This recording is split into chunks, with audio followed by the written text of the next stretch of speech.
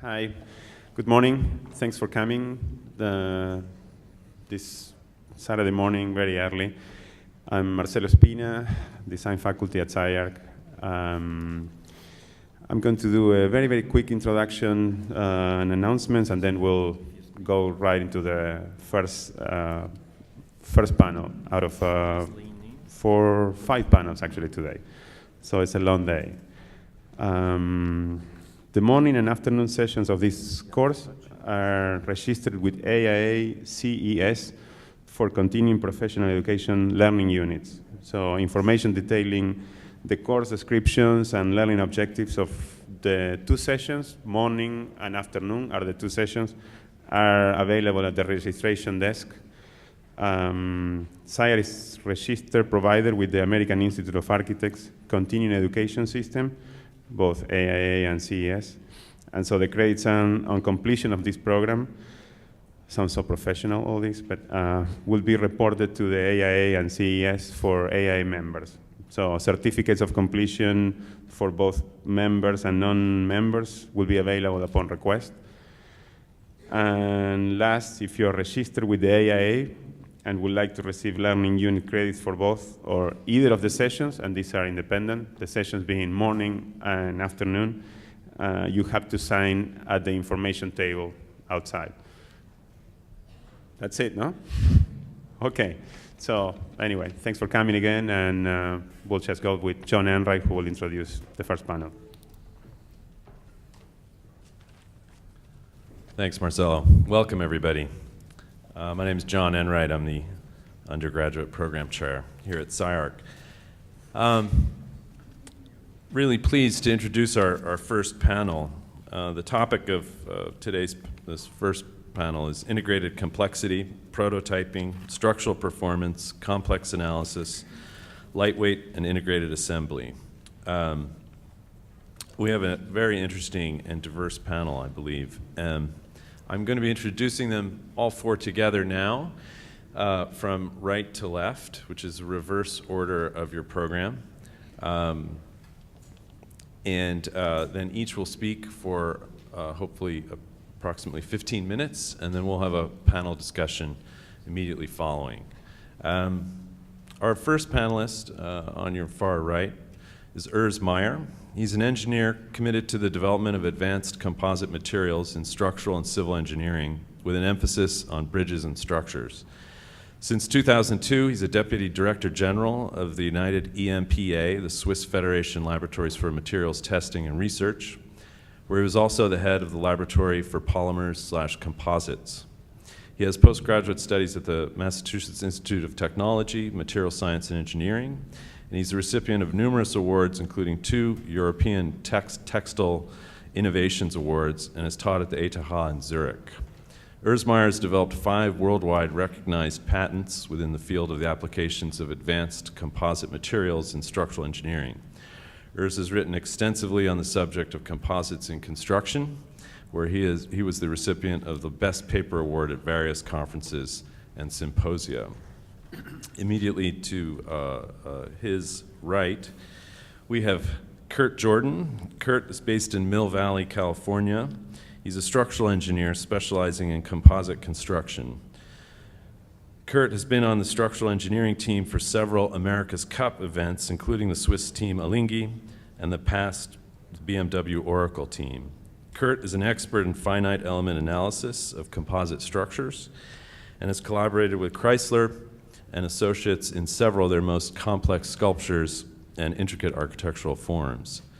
His role was to use computer simulations to model the structural loads on every part of the boat. On board the Alinghi 5, defender of the 33rd edition of America's Cup, he monitored the loads via more than 70 load sensors. To Kurt's right, your left, we have Ruben Suare. Ruben is the Director of Business Development and Advanced Technology at 3Form.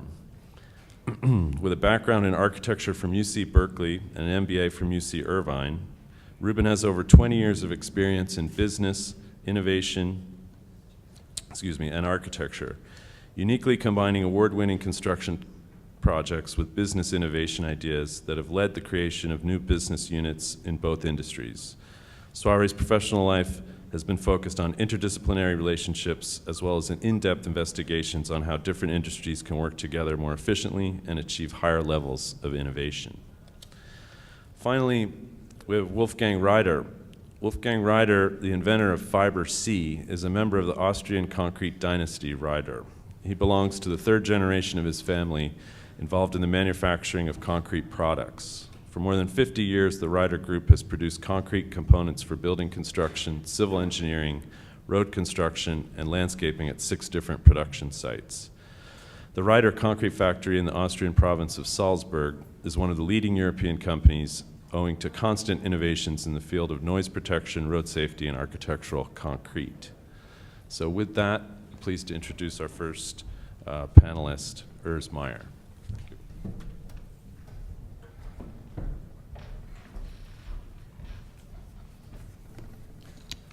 Good morning, ladies and gentlemen.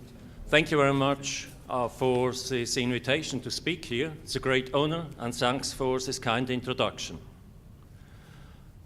Heinz Isler, you may call him Eisler, is world famous for his up to 1,400 concrete shelves he designed and built. But he's absolutely not known for his pioneering work in FRP. FRP stands for Fibre-reinforced Polymers. That is one of his works. It's a school in Germany in '67. The same project here, completed. He developed roofs to cover the hydraulic power plant Säckingen, crossing the River Rhine. And you can see in the next picture how translucent such a roof is. Depth of this roof is 0.5 meter. Spirit of the 60s and 70s in Europe was totally opposite to the United States, terrible for polymers and for FRP. This was in remembrance of World War II. It was a replacement material, and there was no trust in this kind of materials. Absolutely not, especially not in structural components. Therefore, we initiated in '72 an R&D program for structural components of fibrous composites, and I will introduce to you one example now. We developed a box girder capable to carry very high loads. The concept came from world's first plane being made of FRP. It's a German plane, and the colleague of the designers, Alfred Puck, helped me to develop such box girders, larger scale than for a plane. That is the concept. We have flanges unidirectional. This is unidirectional flanges, and we have web plus minus 45.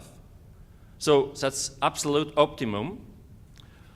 And what's very important is the load transfer zone from normal forces to shear forces. And we shifted this zone a little bit to the neutral axis. And the plus minus 45 web fibers are embracing longitudinal flange fibers. This is such a flange with unidirectional fibers. We go now to filament winding machines. That's the shaft of the machine. We add a foam core as a lost mold, and we start to rotate and wind plus minus 45 around. We add a first unidirectional flange, prefabricated in pultrusion before. We add a second unidirectional flange, and we wind again, plus minus 45 on the winding machine. This is finally the result, the cross-section. We can also take the foam core out. That's a side view of such a girder. The glass fibers are translucent. You can see the top flange through the plus minus 45 layers of the web. That's the web, and that is the bottom flange.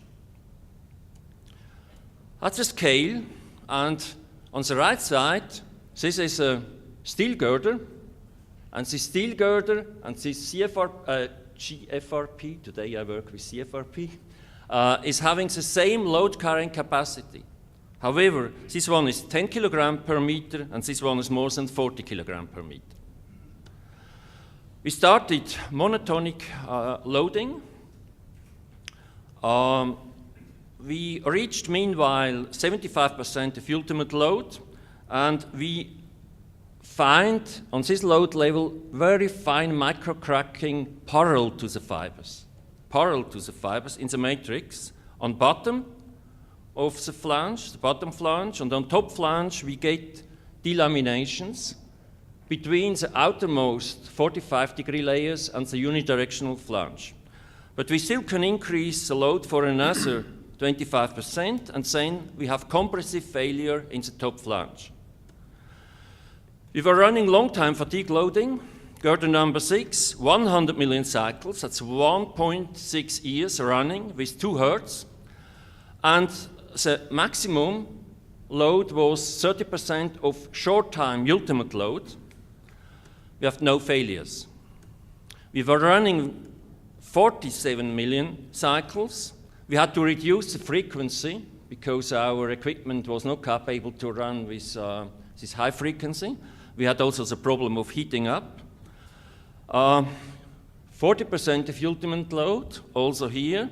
No failure with our girder, however, the equipment was broken. Now, we took the girder, which had already 100 million cycles during 1.6 years for static loading, constant static loading. We have 6 tons of lead here on both sides, and this is the result.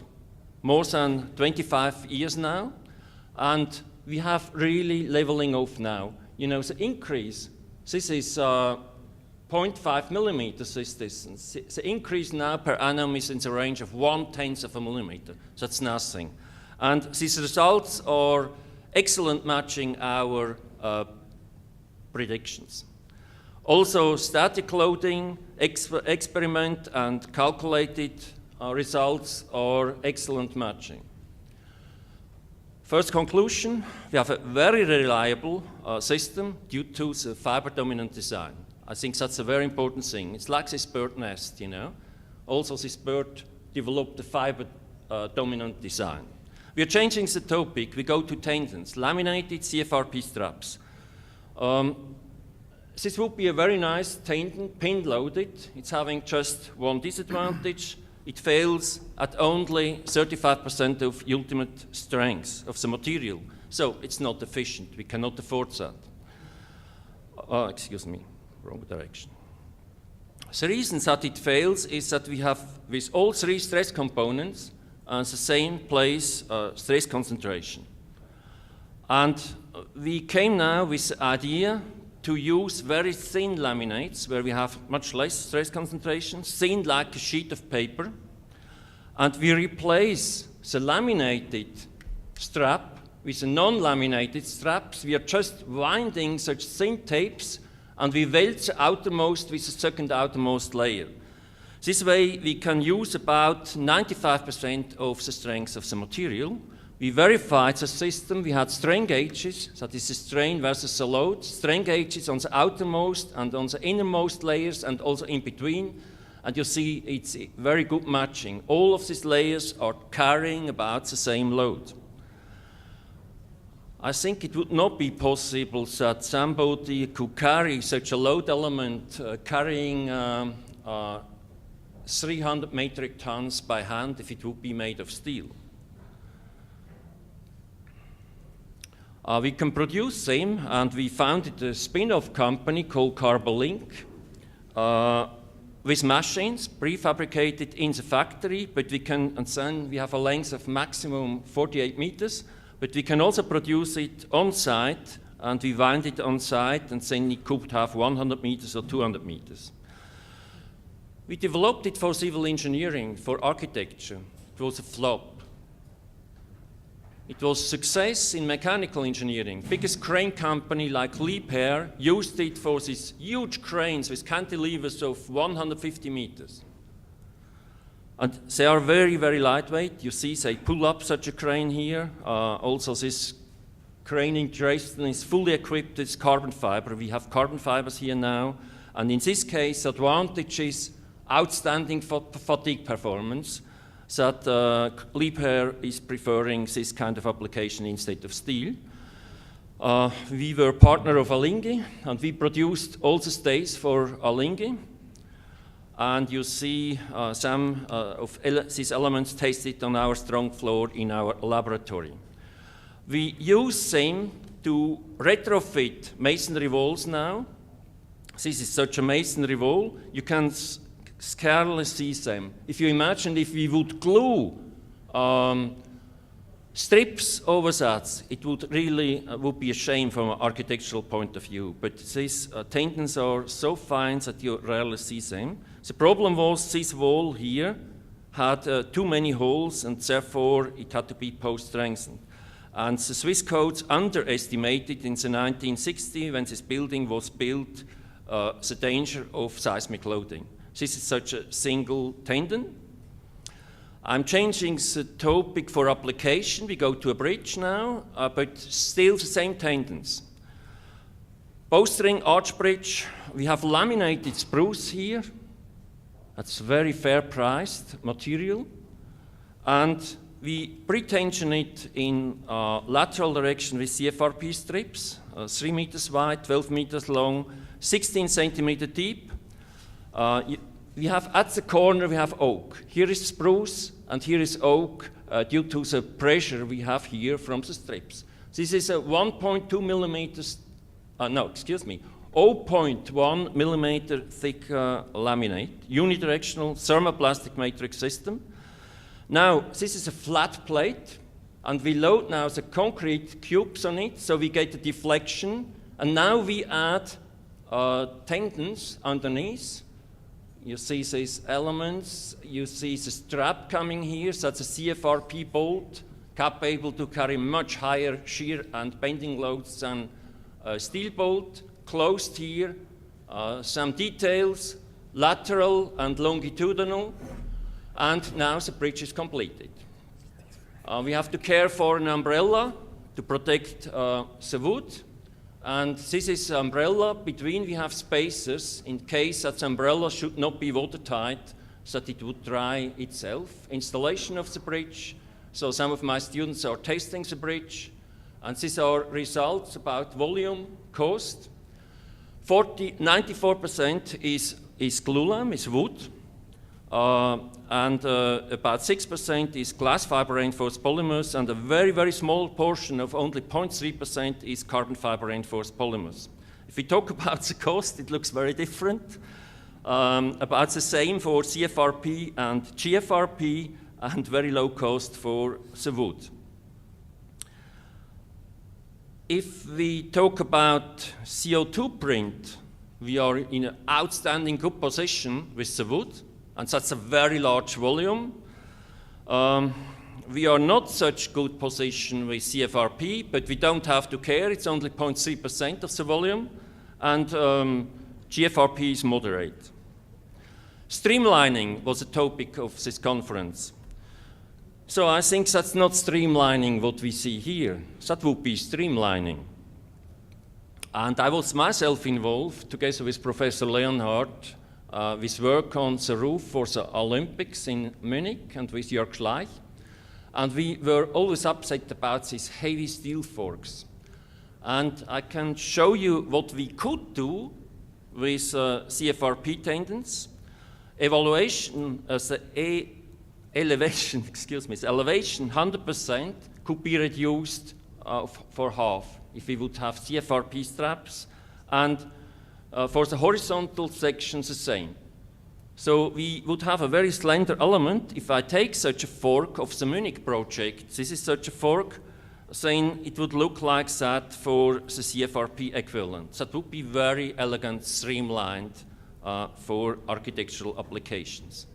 Post-strengthening, that started in 1967 with steel plates. We were gluing steel plates, heavy steel plates to bridges, to post-strengthened bridges. We had many joints, we had corrosion problems, we had expensive scaffolding, it was slow, and it was a big labor force needed. You see such corrosion problems on such a bridge, post-strengthened with steel plates, and therefore we propose to replace steel by CFRP tapes of about 1 millimeter thickness, light, no corrosion, no scaffolding, no joints, very fast. And therefore the application is, even when the material is by volume 10 times more expensive, it is cheaper. In general, about 20% cheaper compared to steel plates. And you get a lot for free, no corrosion, outstanding fatigue. So I proposed that at ETH and showed this sketch in '85. And I said that this method traditional is having to carry 94 kilograms of steel to do a certain job. And I called her Miss Futura, and she had only to carry 4.5 kilograms for the very same job, 4.5. So that is 1/30. That's dramatical. At that time, CFRP was not known in civil engineering community.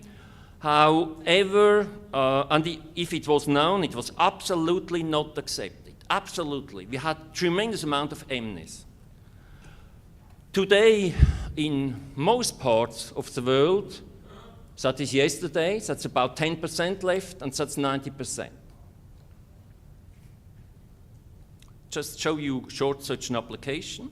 CFRP strips pulled through a highly filled epoxy resin, and just very easy application rolled on your structure like a wallpaper. If you have a longitudinal cross-section, that's a concrete, we have a relative thick layer of adhesive, highly filled with quartz to avoid creep and to make it cheaper, and we have a CFRP strip of about 1 millimeter thickness, that is the longitudinal direction. One example, bridge crossing the River Rhine between Austria and Switzerland. This bridge had to be post-strengthened in lateral direction to cover this moment, and these are the strips. Membranes for the future. We have a polymer film, we have a compliant electrode. You see such a polymer film here. We have no voltage on it. We add voltage and we get very large strain in the plane. And if we have a short circuit, it's going back to the original length. We would like to use that for telecommunication problems, but you could use it also in architecture in future. Electrical driven propellers are not very economic, therefore we proposed a fish-like system. You see this fish-like system, which is more efficient than, that is a prototype of fish, 6 meter longs. And here you see how the fish is swimming. The fish is having such electroactive polymers, dielectric electroactive polymers for the movement. And in future, this will be transparent. Today we'll use graphite. In future, we will use graphene, which is transparent and is doing the same purpose. Conclusions, since 44 to 56 years, very successful. Since 30 years, very successful. Since 20 years, very successful. Stay cables on a large bridge. These are huge tendons, diameter like this. On this bridge here in Winterthur, since 15 years, very successful. We are very proud that nowadays in construction, the same amount of carbon fibers is being used like in aircraft industry. You would not believe that. And we started in '91 with 6 kilograms. That was '91, the first application. That was the first with stay cables. And then in '98, we integrated for the first time into the wires and the laminates fiber optical sensors. So we were quite proud to hear that there is nowadays a massive boom of CFRP applications in civil engineering. Thank you very much for your attention. Hi, good morning. My name is Kurt Jordan, and bear with me here, I'm a little bit Mac phobic, so I'll push through this. Just a quick background, I'm a practicing engineer. I've been doing structural work with composite materials, testing, structural engineering, and a lot of finite element analysis for about 25 years. I've been very fortunate to have been exposed to a huge variety of different kinds of projects at kind of every level of the composite technology spectrum.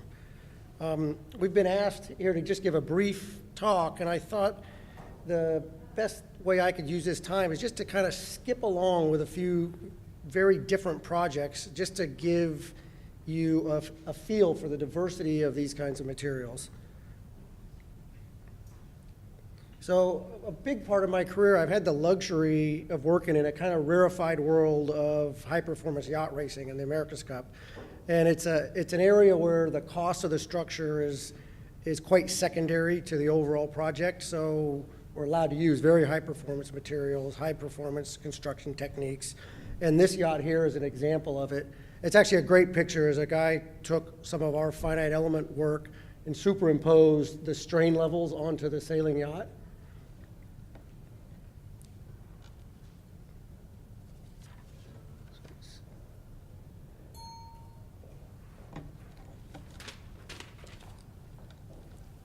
So in a structure like this, I mean, it's a very highly loaded structure. All of the surfaces are developed either hydrodynamically or aerodynamically, and the structure, has little ability to compromise those shapes. So what you're looking at here is the hull structure. The entire envelope of what you're looking at is the hydrodynamic shape, which couldn't be compromised, and the carbon fiber structure. The way a yacht like this is built, or there are female molds built, and then carbon fiber is laid down in that mold in this shape, aligned in the direction of all the predicted load paths. So you really develop a very optimum structure. To give you an idea of the level of these kind of high-performance composites, if you look at the big black pole that's sticking out of the front, the bowsprit as we would call it, that has a typical working load of 120 tons compression. And it's a pretty long, slender carbon fiber pole. And it has a weight of about 10 kilograms per meter for 120 tons of compression. So it gives you an idea of what you can really do with high-performance composites.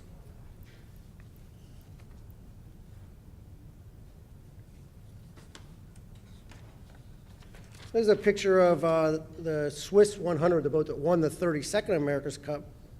And on the left are just some pictures of some of our finite element stress analysis, both big global analysis of the structure as well as very local submodeling of details of the structure. And what I wanted to kind of emphasize with this slide or point out or really communicate to you is that the tools, the techniques, and the methods for analyzing these composites are very mature. There's a lot of industries that don't utilize these tools, and there are a lot of industries that do. So they do exist, and it's just a matter of getting people to understand, people in other industries to understand that these tools do exist and are quite mature and quite tested. So I'd love to talk about boats all day, as the people that were sitting with me at dinner last night know. You can get me started. But we'll move on here a little bit. Oops. So I'm going to jump through a few examples of some different composite projects. This is a very large public aquarium tank actually built by Chrysler and Associates. And I think it was installed in 1995. It's funny, you learn weird things along in your life.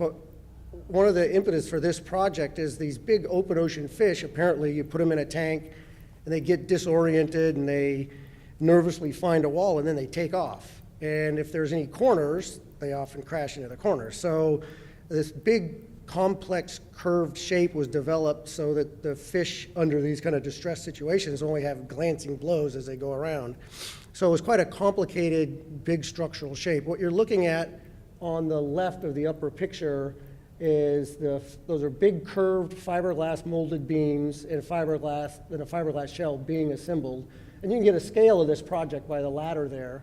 And this project, is exposed to salt water, since 1995. So really kind of a, relatively long-term composite project.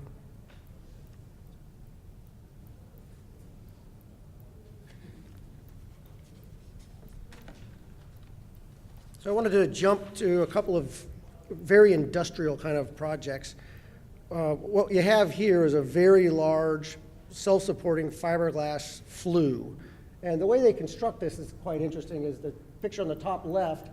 In the back of the shed is a big steel mandrel, and the more purple color is the fiberglass structure that they've filament wound onto that mandrel. They're now pulling it off with a truck. They take it over, and to assemble it vertically, they put one of these cans, as they call it, into this concrete chimney structure, lift it up by one length, bring another one underneath it, and fiberglass bond it together, and continue to do that. The largest one of these projects that I've been involved with, well, some of the statistics are listed up there on the top. So you can get a sense that these are very big composite structures that are out there. A lot of them aren't very visible, but they do exist. One more industrial project I wanted to highlight, just because it's interesting and clever. These are big industrial, or this is a big industrial chemical storage tank. And what's interesting about this is the round sections are constructed just like they were in that previous project, but then they take in a factory off-site, then they take these big segments and oblate them, squish them, and nest them and put them on a truck for shipping. Then they bring them to the site, and the top picture you see they lift it with a crane, and they actually kind of shake it a little bit, and it just goes back to its natural built shape. Then they stack these segments on top of one another and fiberglass bond them together. And I kind of wanted to show this because it's a good example of kind of one of the interesting things about fiberglass is, or composites, is if you choose the right composition, you can make them very strong and very flexible, and it can kind of lend to post-construction shaping of these materials. So codes and standards. I think there's some other people that are probably a lot more knowledgeable about this than I am, but I just wanted to touch really quickly on my experience with some of these projects. In the architectural world, you go out to look for composite material related standards, and I found it very difficult. In some of these niche industries, there are some very accepted standards. That big flue liner was designed specifically to this ASTM standard on the bottom left there. Those tanks are designed to the ASME standard, the red one up there. You can design a yacht of almost any size to accepted standards that tell you how to handle the engineering aspects of composite materials. But it's really it's a scattering of kind of niche industry standards that I've been able to use and come across in my work.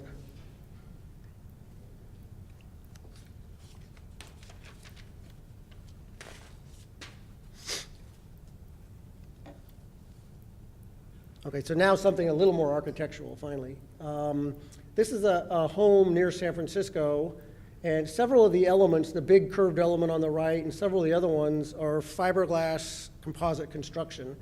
And just like the example of the yacht, the outside envelope of these shapes is also the structure. It's a monolithic building standing there on the right. This was also built by Chrysler & Associates, and we worked on this for quite a while, figuring out how to satisfy the building department. And at the end of the day, the submittals had a combination of normal building code references, some testing that was required on some of the panels, and we kind of cherry-picked special phrases and aspects of yachting standards and tank standards that kind of applied. So it was, it was a successful submittal, but it was a little bit of a hodgepodge of how you would go about producing a submittal like that. It's a little bit hard. There's not a direct path to it, which I think is one of the hamperings of getting these materials in these kinds of projects. So I had to go back to boats one more time. This is a very large all-composite yacht, fiberglass construction, polyester resin. It had an aspect to it which I thought was kind of interesting for the architectural world, because I think, a lot of these kind of issues, crop up across the board. But from a naval architecture visual point of view, they didn't want the yacht to be taller. Lower profile is a sexier appeal. And so the structural space in the floor, between the headliner and the floor above, they wanted to minimize. And the owner wanted these large clear span rooms, no posts, no columns. And so within this fiberglass construction, there are very high performance carbon fiber beams oriented across these big spans, very low profile. And it was really the only material that you could use to accomplish the goals of this. You could use a high strength steel to take the loads, but the weight would be prohibitive. So it's an example of a place that nothing else really satisfied the project except for marrying some high performance composites in, a more common composite structure. The engineer in me, I had to show at least one graph or something. So what you're looking at here are two graphs, one of the specific strength and one of the specific stiffness of some common materials and some composite materials. And when I say specific, what I mean is the strength per unit weight or stiffness per unit weight. And what's interesting is if you look at these bottom families, steel, wood, aluminum, they're all about the same. It's kind of like a little bit of a nature's constant, is that the stiffness per unit weight and the strength per unit weight, are very similar. So when you approach a problem like on the yacht, with traditional materials, you're kind of, if weight is important, you're kind of stuck in this realm. And then what you see as you go up the graph are more and more performance-oriented composites. And you see when you get up into the top three, really, to higher performance composites, how dramatic the strength and stiffness per weight are. And that's the physical characteristics that allow you to accomplish things like those beams that were in that yacht on the previous picture. And that's it. That's the end of my slideshow. I hope, it was a bit of a shotgun approach to a bunch of very different projects, but I hope it gives you a sense of the diversity of some of these projects. Some of them, like the flue liners and the tanks, are big, heavy, long-term projects, and they're the norm in the industry, and they have been for a long time. And in other industries, like the architectural industry, it's not the norm, and there seems to be a big gap in between. So I'll conclude my comments with that. Thank you. Good morning, everybody. My name is Ruben Suare. I'm here to talk more about business and architecture. I feel like I should have at least brought some slides of some finite element analysis that we did for some panels at the Ali Stolle Hall, concert hall, to define the limits of wood. But my talk is not that detailed with graphs of engineering. It's really more about business and architecture and how and why we actually formed what we today call the Advanced Technology Group, which originally was an architectural division at our manufacturing facility, to address more in depth how we can impact the built environment, how we can, as manufacturers, begin to build buildings, and why it is that we did that. I call this talk a path to innovation. The vision really was fundamentally to look at, as manufacturers, efficiencies in building methods. And I'd just like to emphasize that as a manufacturer, the singularity of the focus in product development went beyond. We went beyond that to begin to address how it is that we could begin to actually build buildings. So we're looking at building methods, doing a lot of research in the process with lean construction to achieve high innovation at low cost and low risk. I know that sounds a little bit like the Holy Grail, but I think that you'll see some interesting projects at the end of the presentation. The platform that we began to actually look at to work like this was really a question about where we as architects are today. Our condition is highly ephemeral. Things are changing dramatically. I think we all know this. And began to really ask questions about our existence in more ubiquitous presence and potentially not just solely exist in an isolated environment of the architectural world or architectural industry, but penetrate other industries and the meaning of that. Looking at integration between business and architecture and more involvement on innovation as opposed to problem solving. The opportunity, and this is now the business part of it, and the value that this brings about, it really is created by a space, what we call a space of conflict. We architects, our core competency, our core nature is to actually push the limits of materials and systems. As we do this, we create conflicts, correct? We create challenges. We challenge conventions. When we do this, the greater the challenge, the greater the conflict. This conflict elicits many inefficiencies in the process. And looking at these inefficiencies in depth, investigating each one of them and trying to address them with a specific group of people that does nothing but focus on that, brings a very interesting value proposition. Why is this value proposition? I think we know today that the construction industry is the only industry in the US that has been declining for the last 40 years. Productivity is only the most important aspect of a country's quality of life. Our construction industry is about $1.6 trillion big. This is documented data from Census Bureaus of 2008 and research at various universities. When we look at, just to give a perspective, our GDP or our economy is about $14 trillion big. The second largest economy is Japan and China at 7 and 8 or 8, and then it goes down from there. So our industry, just the construction industry, is as big as probably the fourth or first largest economy in the world. We're significantly large.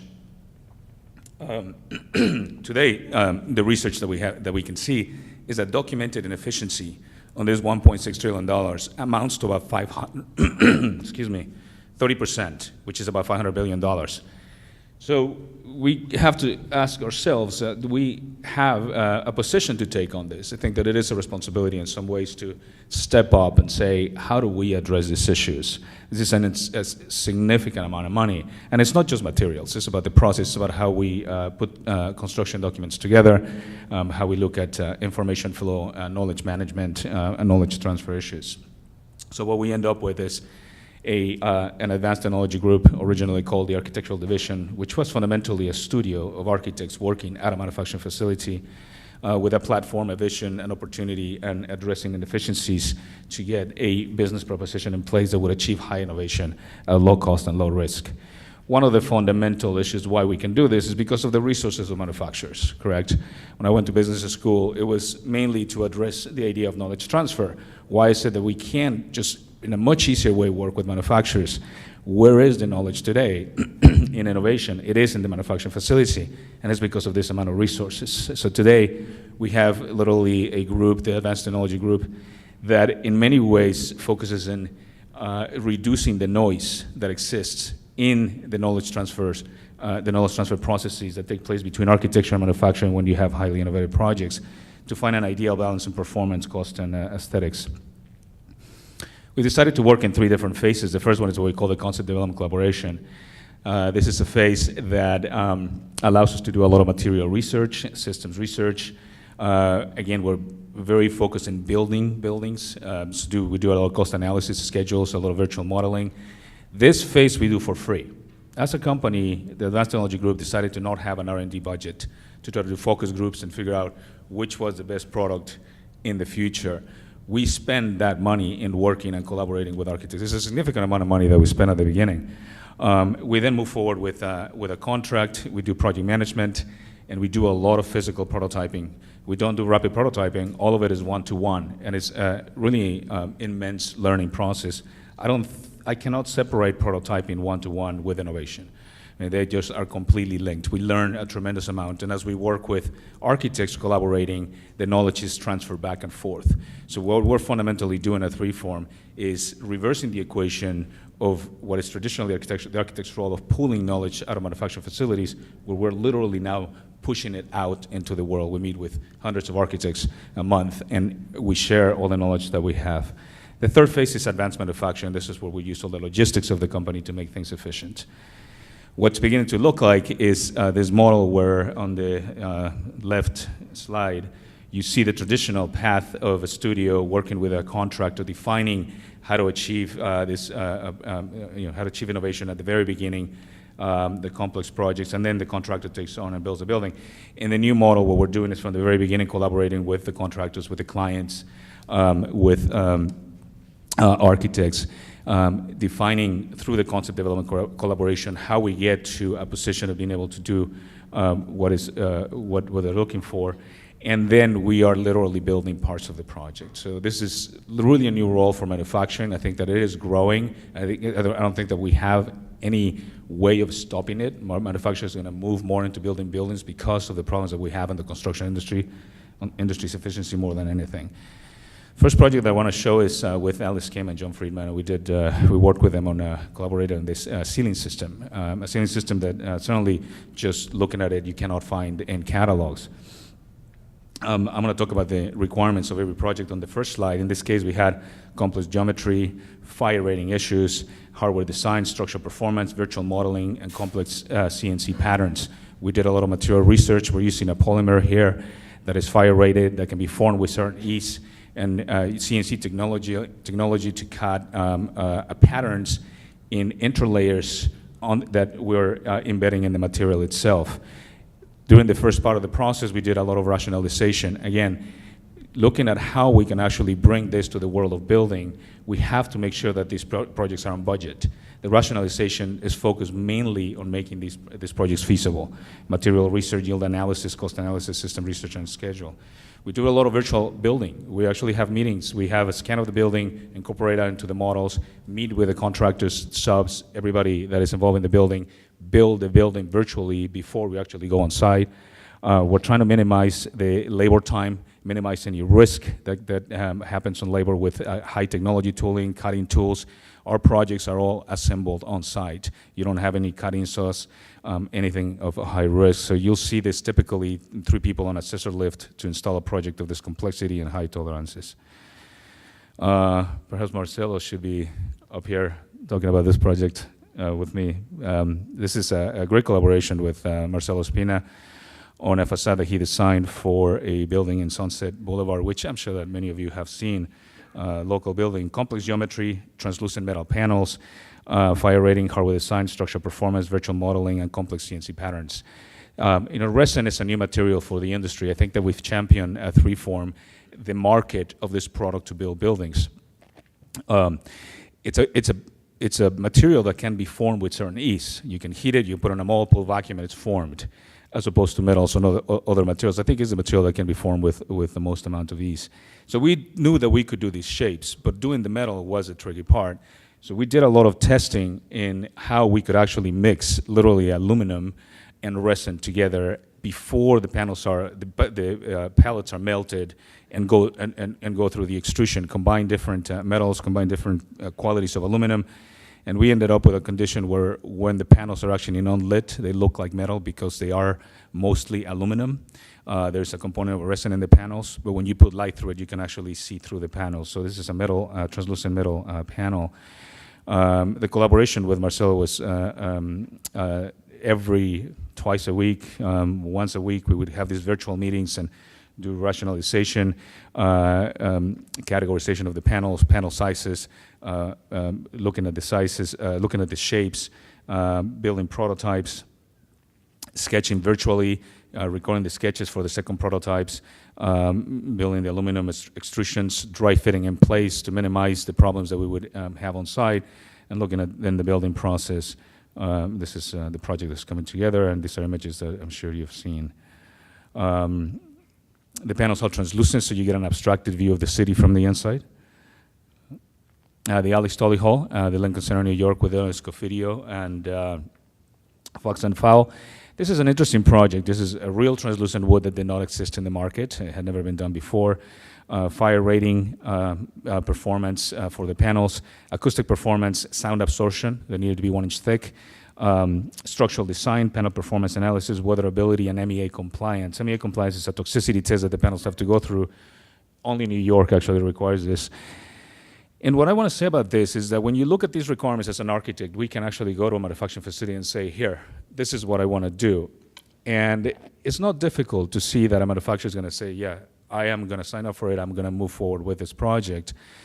In my case, I can stand here in retrospect, think about why we actually did this, and it's such a high-risk project. Was never done before. I don't know exactly why we actually did sign up for this.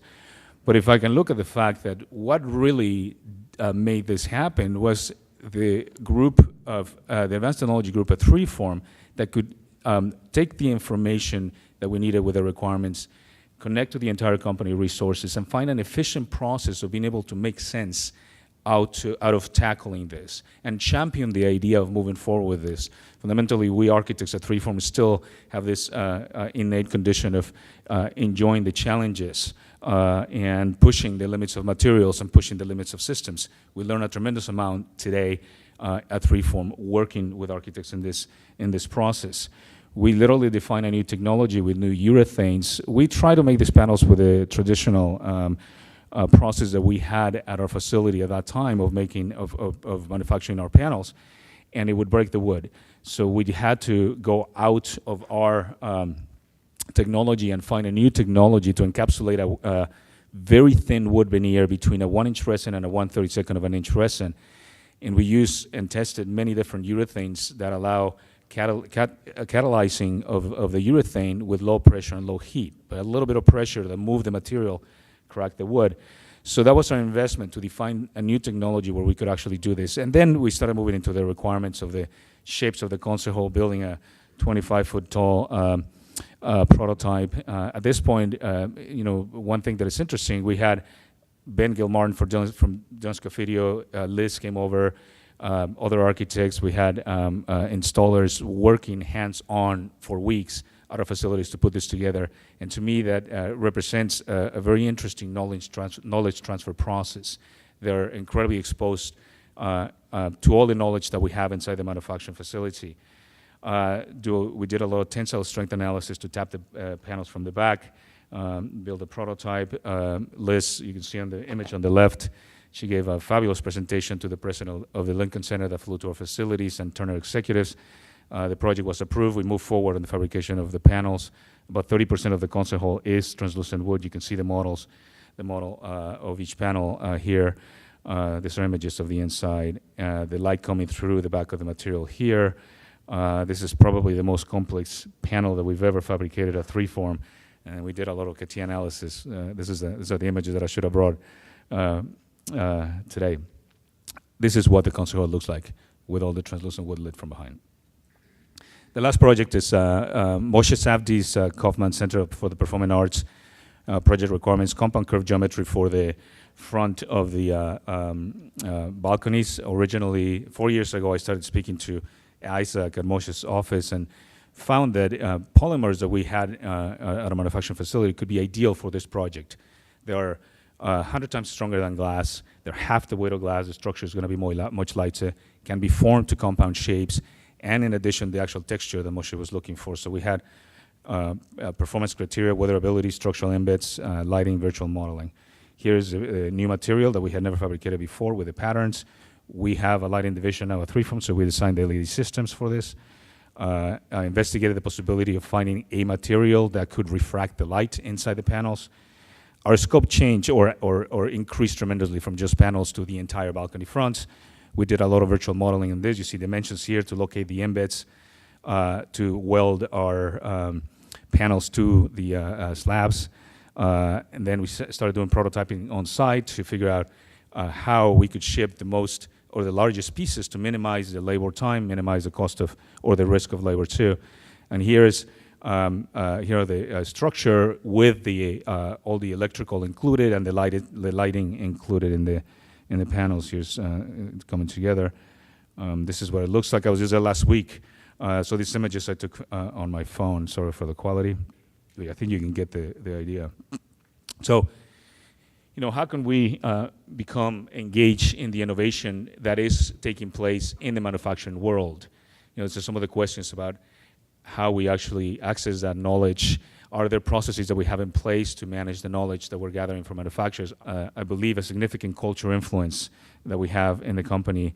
Knowledge transfer issues are critical for us, and to be able to communicate in the future as an industry of architecture with manufacturing and many other industries. And I think innovation is critical for our future. Thank you very much. Good morning from my side. My name is Wolfgang Reider, and I'm the owner of Fiber-C. And I have a business background, so I won't show you any graphs, even if I don't understand. I will take today, or I decided last night, owing to my jet lag, that I will benchmark or reflect my 6 years of existence in the building industry towards Evan's manifesto. So I kind of started 6 years ago with a low chic, low sexy kind of composite called concrete. Mainly everybody knows. I mean, I've been running into, thanks to Google, into a very nice plant which was about to demolish in Germany, so I bought it. And I was intrigued by this way of manufacturing glass fiber reinforced concrete. And so we kind of manufactured, you know, the old way, scaffolding, rain screen, all that kind of stuff, flat, square panels. In doing that, we discovered kind of the nice features, so the green issues. Nowadays, everybody's into this LEED and sustainability and zero. So we found out that concrete by nature is a very low emitting material. So we, for example, we're using only 205 megajoules per square meter in comparison to a wood chip thing, which is 4 times the amount of energy. And we can even bake pizzas and bread on it, so there's not really cheating of numbers there. So what it is, basically, I mean, for me and being in America, I've been always told to be precise and quick. So bottom line is, it's a thin material. So you have wood, metal, glass on facade. Now you have thin concrete. So 30 mil thin concrete. That's his Fiber-C. It's authentic. So it shows that it really has its characteristics. Like this is a cultural depot. It was one of my boys' dreams that I want to do a high-rise. I did the standard, only the soffits there, not the glasswork, but I did, fulfilled one. So we really, this is a University of Mexico job, so there's a couple of jobs which are pretty standard square things, which we're making a living off, and this is Burberry, so we did some pattern. So, I mean, mainly my challenge was, you know, I had a low sexy, well-selling product, so what else do I need, you know? And so I thought, you know, that's me and that's the whole planet, so what to do?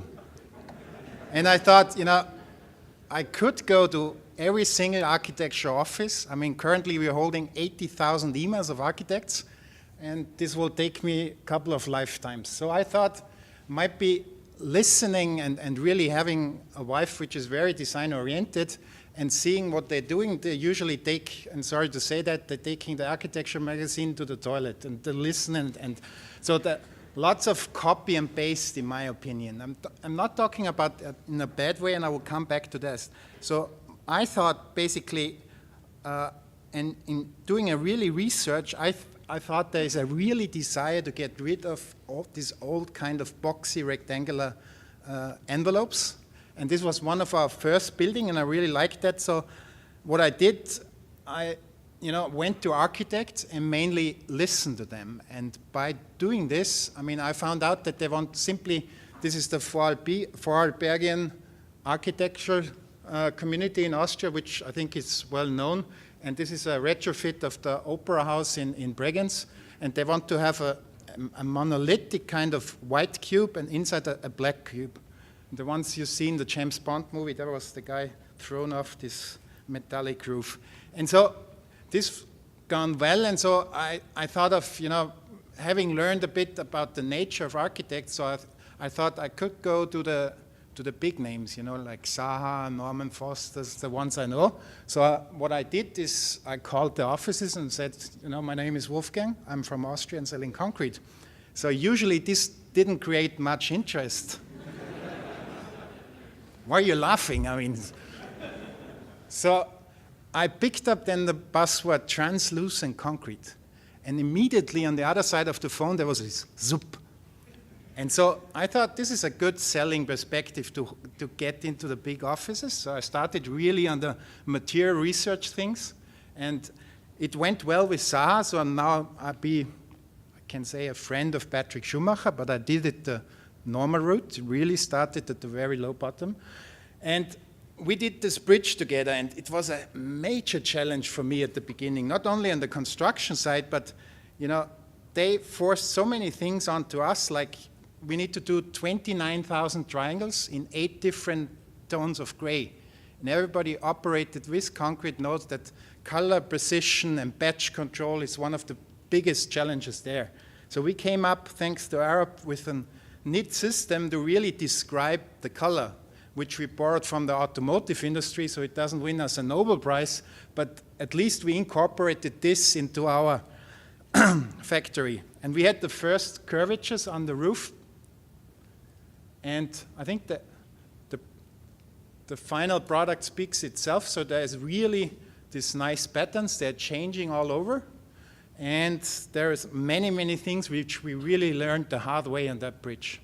One thing is logistics, When you think about 29,000 different panels, and you number this properly in your plant, and the guys in Spain are late as always, but the king will open this on a certain date, then they have to work at overtimes and hours, and so they forced us to deliver panels. They stored it outside, and then the stickers was washed away. So they had to, guys then from Saha to look at the panels with and matching it with the actually drawing. This was a really fun exercise for them.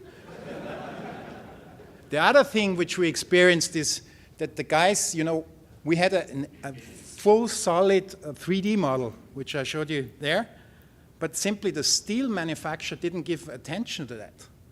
And so we had to resurvey the whole bridge, because we saying that the facade was committed to that, and the steel manufacturer didn't commit to that. So this creating another huge problem. But finally, we ended up to open the bridge, and I think the result is quite a nice one, but it really highlights a few issues when you start to go into this one-to-one or mass customization thing. And don't believe, this is a manifesto from my side, don't believe that the manufacturer that's telling you, many repetition, low costs, no repetition, high costs. This is simply lying, And I know this because I'm a manufacturer, and there are really smart ways to get around that. And so the first lesson we learned, I want to really was to do that with the AAA, and we did this pavilion. It was a student contest, and it was really a nice exercise. I mean, don't look too much detail to these ugly gaskets there. We owe the German, obviously, a German structural engineer, and because he didn't believe in the good Austrian concrete structure there. But aside this, this was a really good exercise, and what we exercised there, that we could really do the seamless design. So the design was fully done in Rhino. It's gone onto our machines, directly into our water jetting, directly onto the right sequence onto the lorry. The reality showed that we had really a problem to transfer the Rhino into machine code. So we are now down from 2 hours loading for one single sheet to 6 minutes. The other thing was that we had a mess we loaded in the right sequence, but the guys at the Bedford Square didn't have the storage area. So we had shoveled. So instead of 2 weeks of installation, we ended up 6 weeks. So, and the other thing which we learned there is that there are really other ways, and I really like my speakers who spoke before. It really requires a new way to communicating, not only with the architects, with all the people involved. And we did a nice aftermath at the AA, and usually this kind of pavilion would have taken 30 months from the design stages, but we did it all in 5 months, and mainly saying that we are, everything happens at the same time. And this is also a complete change of mindset. One, because usually my sales guys, they are very shy, they show up at an architect's office, position their binder, and they run away. They don't want to talk to an architect usually. And so, to have really talk to each other, and especially in Europe, you know, where we have a Unite Europe, we all speak English, we sit around the table, but we won't understand us because we're not talking about the same topics. This is really a big issue there, and so this is interesting to find. The other lesson learned we have is geometry control. As we have, you know, this was a nice job in China, which we didn't get literally because we had an espionage effort there from a Chinese. He came to my factory and filmed everything. But thanks to the German authorities, he was sentenced 3 months to prison.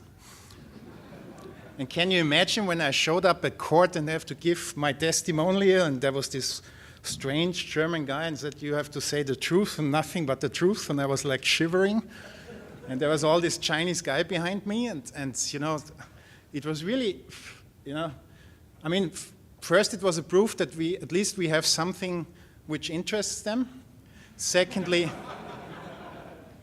it was, for me, you know, I mean, I still want to do some Chinese job, and I think that that's the only way the Europeans can survive, that we drive innovation. And I think innovation, there's a couple of approaches. We don't take this patented thing, like, you know, throw thousands of patents on. So we keep it more open source in many aspects, you know, keep motivated others that they're doing the same. And so we came up with this, you know, this is the big problem also to us with this massive amount of computational power, and I mean, giving these nice pictures, but how can we then as a manufacturer come up with a good budget? So we found a way to quickly, and this is the same building, so it's 100,000 squares, and we simply determine flat areas, single curved and double curved. And within a very short time, we can give you a really good estimate on the costs, because this is, I think, very important. And so what we think that important is, you know, I don't want to be just a panel manufacturer, so I really need to broaden my scope. First, I need to understand what the architect is doing and applying a couple of tools there, and also to assure quality downstream that the guy can really assemble that on site. And doing that, we've gone into 3D scanning, which is a nice tool, and we do lots of mock-ups also, because, you know, there's many guys out there who can say, yeah, I can do that for a fair price, and sometimes it's good for them, sometimes it kills them. This was actually a job with Saadit, which cost me 3 years of my life, and I didn't get the job. And this is also one thing where we really struggled with, is it's a 3D, very complex shape, and even more complex at the beginning. My engineers, or the engineers of the installer, thought about the substructure. So we ended up that the cost ratio between the skin and the substructure is 1-to-1. And being now a businessman, I wanted to sell you an expensive panel. This, you know, I'd be probably succeeding in persuading you to buy that. But if then I come up and say, okay, but the cost of the substructure is equaling my price, so everybody says, no way. And so we thought really we need to think different there and make it more easier, take advantage of the computer power, and we did lots of things. And so, I mean, as I said, 3 years of work means basically 7 generations of mock-up, and only 1 was paid.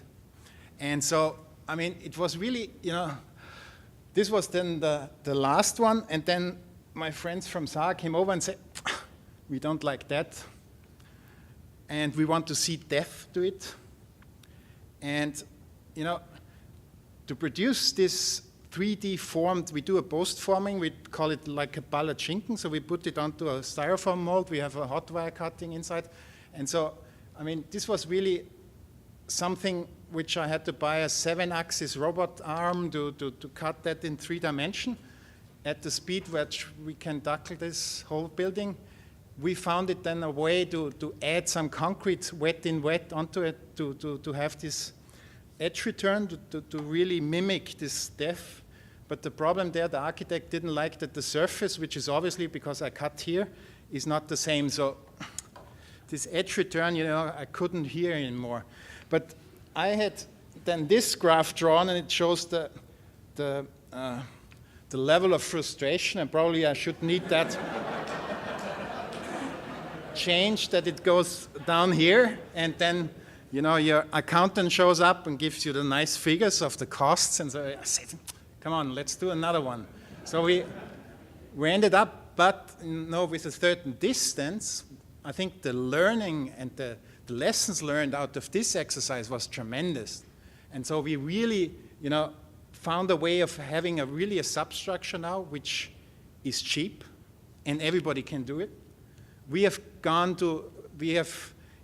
thought the wrong way, because we thought we can bend a flat panel into a 3D shape, which is totally nonsense, because everybody knows if you do the same thing with a sheet of paper, I mean, you maybe bring it to a 2D-dimensional plus. So we've gone back to a nice little feature of concrete that if you pour it or cast it, it goes into any direction. It's just a matter that the surface match. And this solves also my worst nightmare, edge return. I couldn't even, when somebody was talking about edge return, I had to give up. So, I mean, failure is really something which is so important, to fail.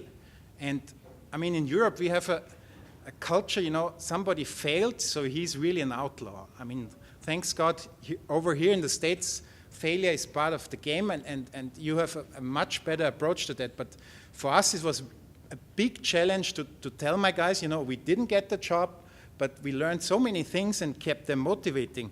And so this one was just to show and to please my guys at home, is that out of this, we got then this job, which, we did this tiny little one-piece shapes, and we really, everything came together nicely. This is one bended element from us, so it's not 3D, but it's two-dimensional.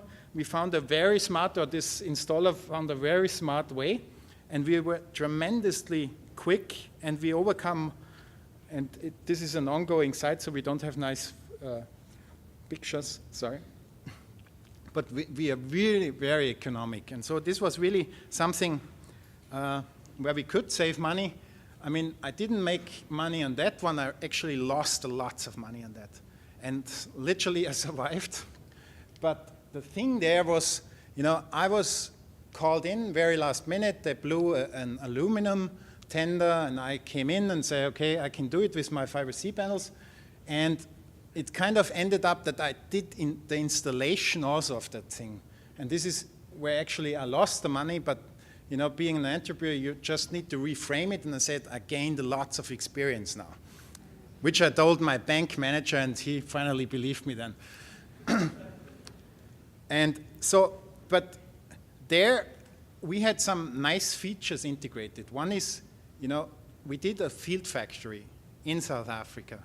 And this is one thing, I think we had it also yesterday at the keynote, is that I think that this computational power, and that's why I really like to challenge you that you think more about, pushing this massive knowledge and this massive power which you're generating with your coding in here onto the manufacturer, and really changing the whole value chain. Because what's happening, I think we can compare it the same thing which happened to desktop publishing a couple of years ago. So some 20 years ago, you need to have a machine filled like the size of that room to print out a business card. Today, nowadays, everybody can do it with his computer and a small printer. And I think we are already starting to think into that direction, that we, get rid of our plant, maybe put it for larger jobs on site, and maybe really utilize new ways of manufacturing. In that case, in South Africa, we did that with a feed factory.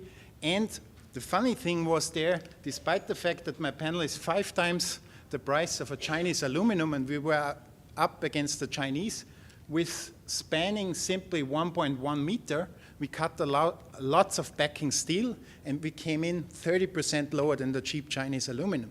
So all I'm going to say is that, if you engineer the envelope, not only looking on material costs only, it opened up a whole new world. And so the thing was really nicely done, and it was a roof up here. There you see the gutter line.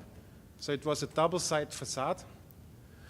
I should have charged them twice because I only sold them a single-side facade, so this would be maybe in the aftermath to recover some money. But I really like the job because it's showing this African color and this kind of earthy look, and it was really a nice experience for us. And so everything said, and I said about the experience, so we recently got that job, and it's massive. Damn, I slept so, schlecht, bad, when I got the job awarded because it's 100,000, so 1 million square feet. It's in Saudi, and it's all GRC, so roof, facade, everything, internal, external. It's a LEED platinum job. It's a research facility for Saudi Aramco, together with Saha again. And, you know, and so I'm also saying, you know, we did one and we lost one, and this is, I think, also one of the rules, at least I follow too, that if you do something good, it will come back. Maybe not at the next project, but at the second next. So this one is and we did a nice mock-up, and there you see our casted panels, and they're only 2 centimeters thick. We're using the same matrix as the roof. So the roof, we do the extrusion, there we do the precast, so we're really crossing in all the techniques, because at the end of the day, you're not interested in how we manufacture, but the visual result of that is really the thing. So it was really a nice job, or it is, so hopefully, so we're actually starting manufacturing at the moment. We're still manufacturing in Austria, but we beat all the local price, not only on price, because I'm not selling and I'm not good in selling, but we beat them also in the whole package, geometry control or whatsoever. And there is my edge returns. I'm really proud of this, 7 centimeters edge return. So I have it at home framed and in my office. And so I thought, overcoming my nightmare of edge returns, I thought, why don't we use that bloody edge return that is only, being there and simulating or faking a thick panel? Why don't we integrate something thermal active?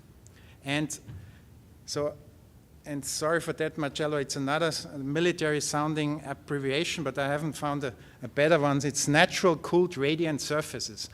What I mean by is that I was invited or talking to Jean Nouvel about the souk below his fascinating museum in Abu Dhabi. It's in the current stage of value engineering, where I'd like to come in, and challenge the GCs and give them a hard time to escape the deck specs.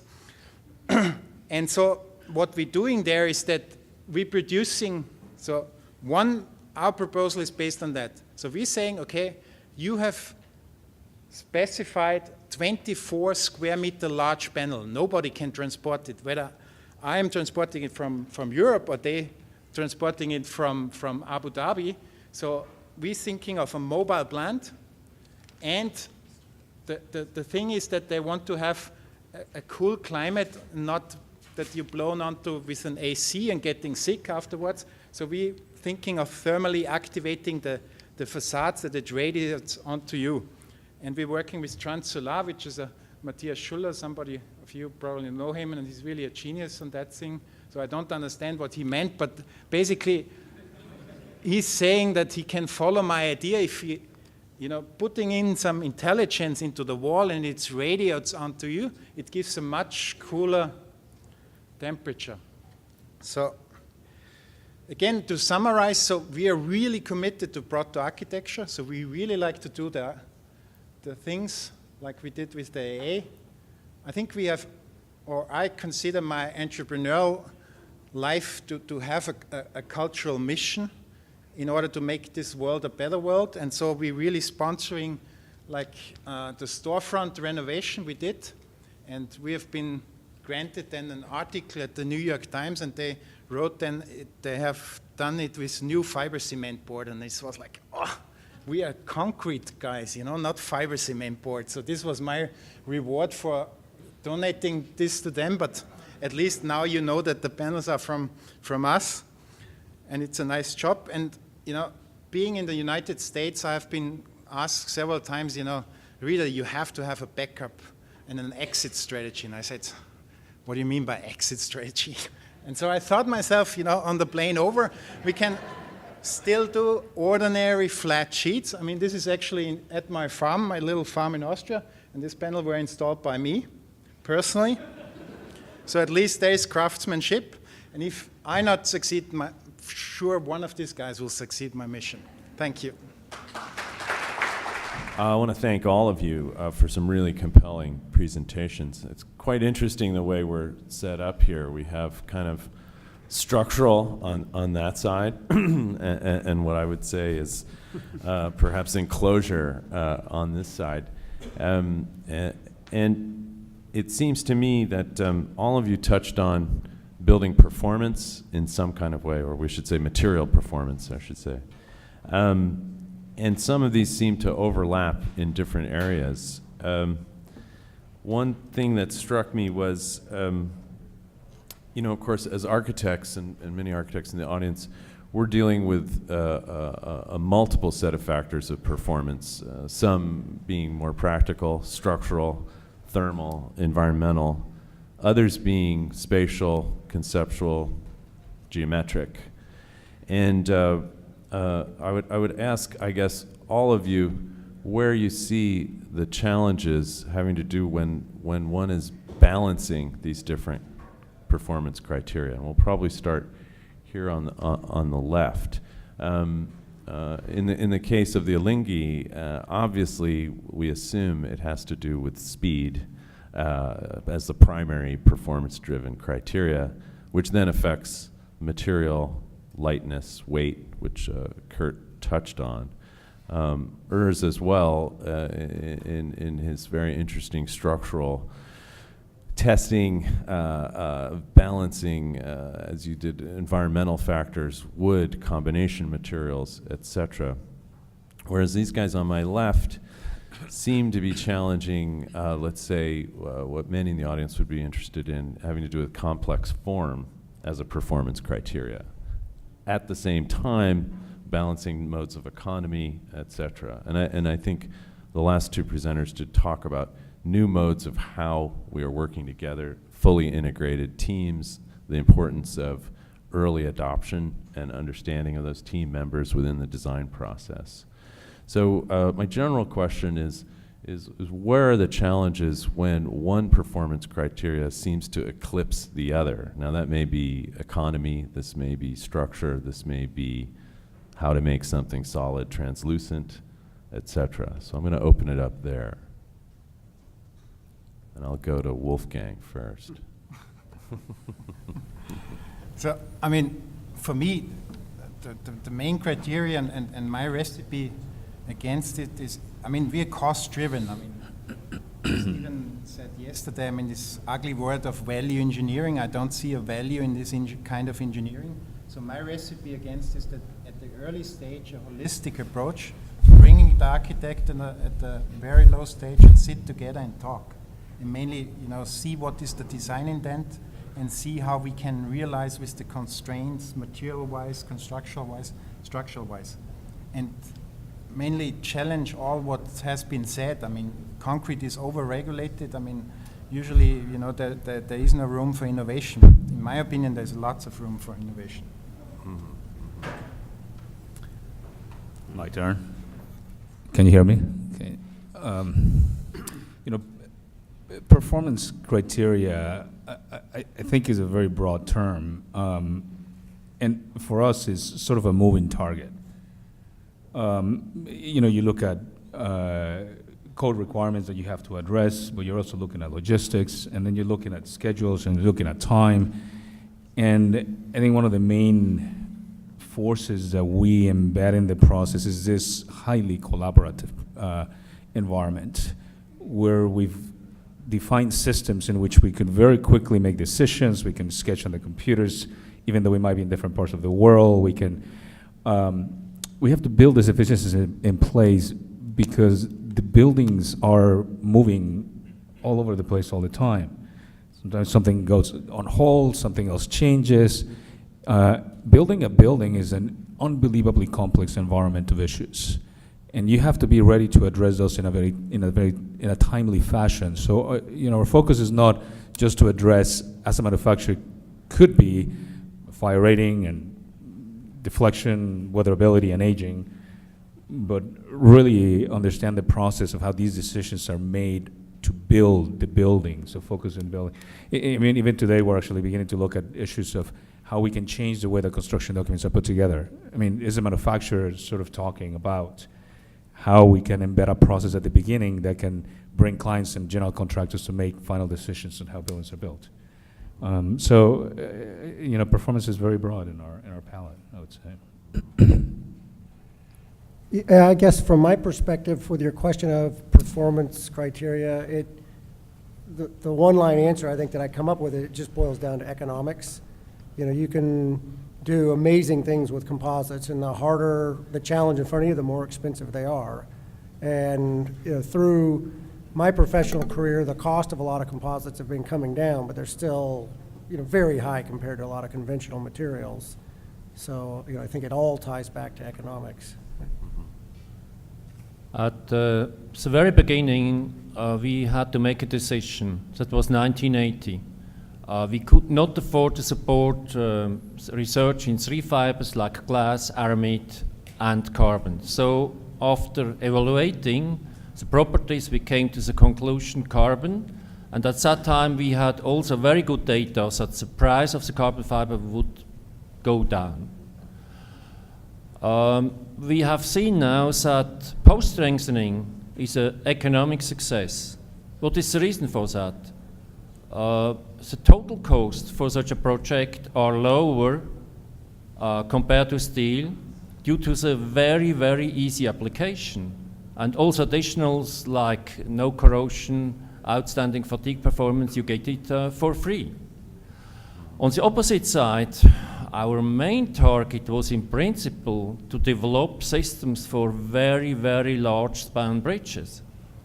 And you have seen we have cable stays, large scale, but from an economic point, we are absolutely not yet successful. Because as long as you do not consider the life cycle analysis, the lifetime of such a cable stay bridge, the first investment costs are five times higher for the cables than for classical steel cables. There's one exception. If you go to very large spans, as they have in mind in China now, there is what I coined an expression, break-even span. Break-even span means above this span, carbon is more economic than steel. And this span is today about 3,700 meters. So the largest project in China are slightly below that, about 3,500 now. But that is the problem. I guess what I was reaching, certainly even within the audience and different, certainly members of the faculty at SCI-Arc, there's an interest in combination structural and surface, or the monocoque, for instance. And so I would suppose the Alinghi would be the best example of that, or kind of monocoque structure where its shell is in fact the structure itself and ultimately the surface. But as architects are wont to do, we, for instance, will say, how can we make a monocoque structure that is not the traditional layered separation of structure, skin, support, i.e. structure that side, panels this side, right? What kind of future can we anticipate having to do with structural monocoque combined surfaces? In other words, a structure which is also translucent, which is also structural, and which is not separated. Because for all the advances, for instance, that you guys were looking at, it is still primarily a cladding system on this side of the table. Panels of exceeding and more complexity geometrically, experimenting with material, different translucencies, performance, etc. Yet behind which is still actually fairly traditional structural steel, concrete structures. And then on that side of the table we have, structural advances that have to do with performance related to whether it's a sailboat or it's an efficiency model, which is what Urs, you keep coming back to vis-a-vis cost, etc. So how can we get you guys to work together so we have translucent structural buildings?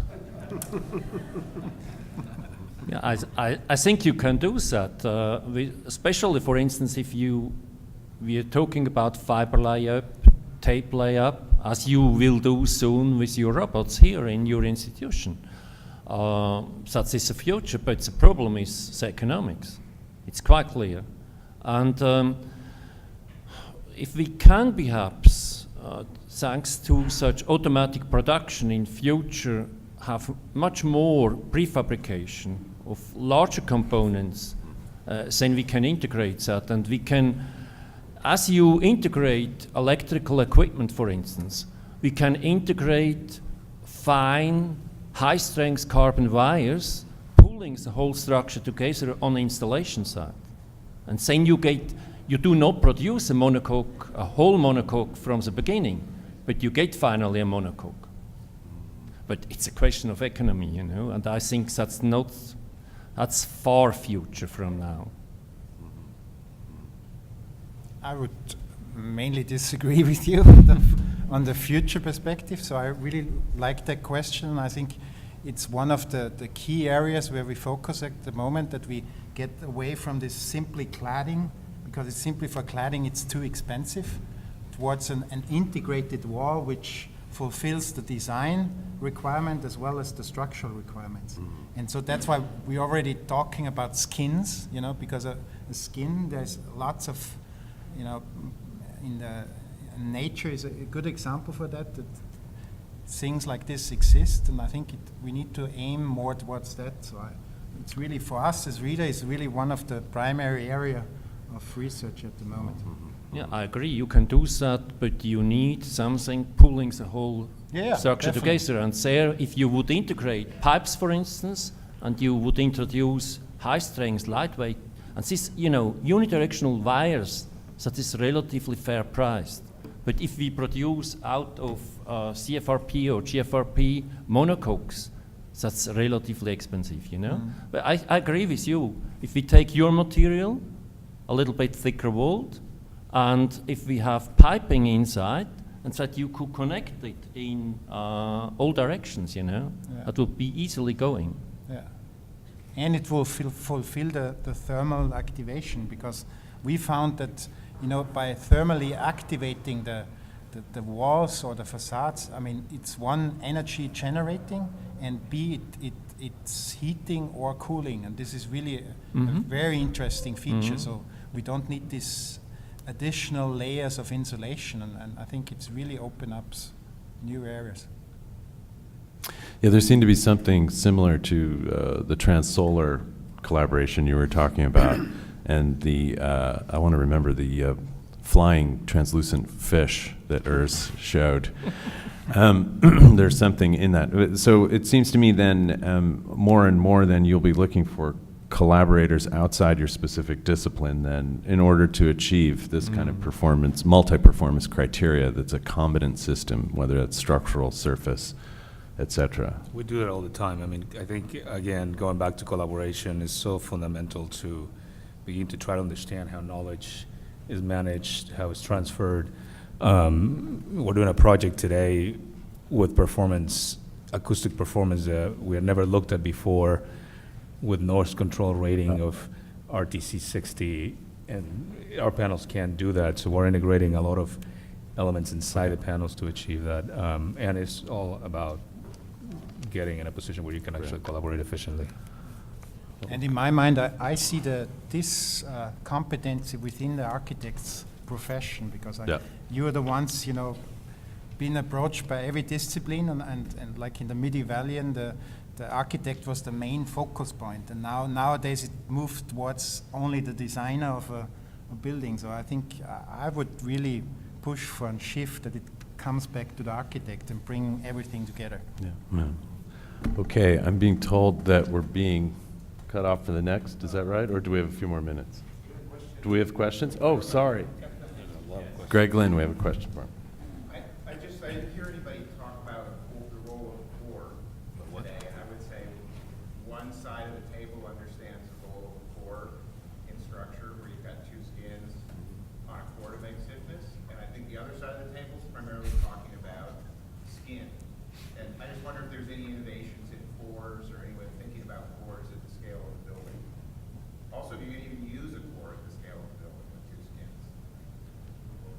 what are the load limits of a core composite?